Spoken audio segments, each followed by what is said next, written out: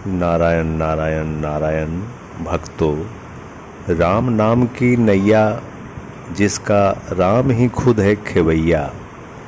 राम नाम की नैया जिसका राम ही खुद है खेवैया। जप ले नाम हरि का भैया, चाहे कृष्ण कहो या कन्हैया। यही है मानव तन का सार, जप के कर भव सागर पार। भक्तों, इस कली काल में केवल नाम प्रभु श्री राम का जपने से ही भव सागर पार हो जाते हैं भक्त। इतना सरल अन्य किसी युग में ऐसा सुगम रास्ता नहीं है। इसी गुण के कारण महाराज परीक्षित ने कलयुग को आने दिया, वरना इसे आने की इजाज़त नहीं थी।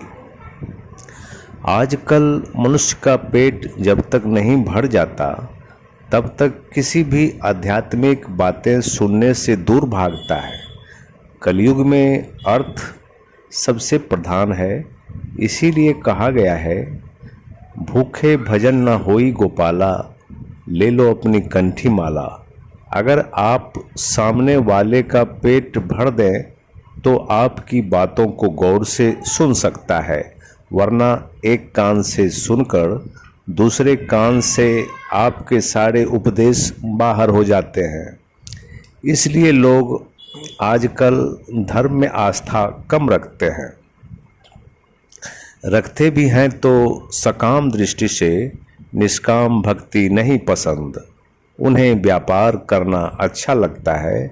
अतः मतलब एक लड्डू चढ़ाओ, एक टोकरी मांग लो। इसे ही संसार में व्यापार कहते हैं। इसलिए प्रभु इस व्यापारी को उसी हिसाब से फल भी देते हैं।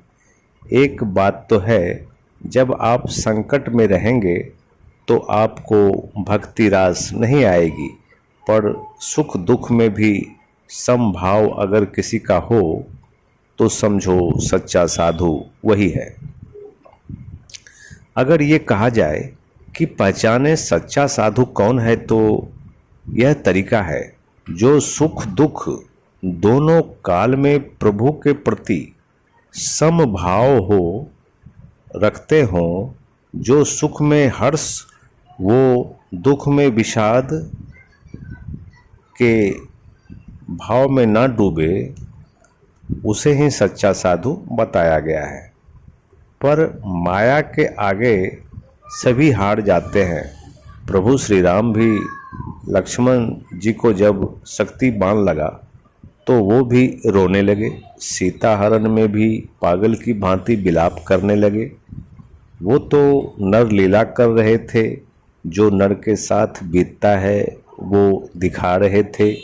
वरना जो सृष्टि के निर्माता हों, जिसके इशारे के बिना एक पत्ता नहीं हिल सकता, उसे कैसा दुख।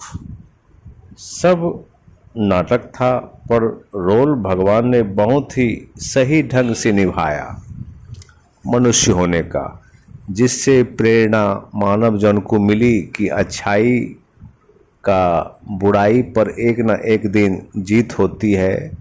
चाहे भले कुछ समय के लिए बादल सूर्य को ढक ले, पर कुछ समय बाद सूर्य की किरण अवश्य प्रस्फुटित होती है।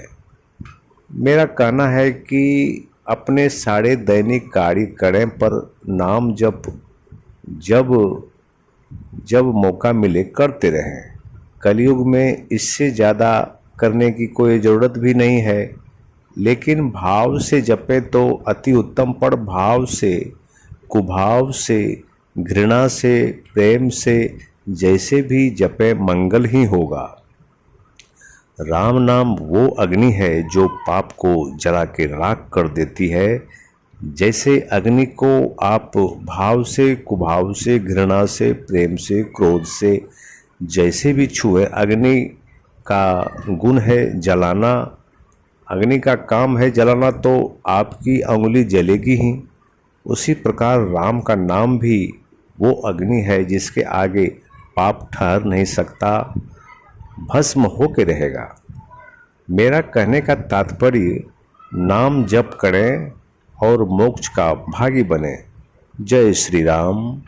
अगर आप इस तरह की प्रेरक प्रसंग सुनना चाहते हैं तो चैनल को लाइक सब्सक्राइब कर बेल आइकन को हिट करें एवं शेयर जरूर करें। राधे राधे।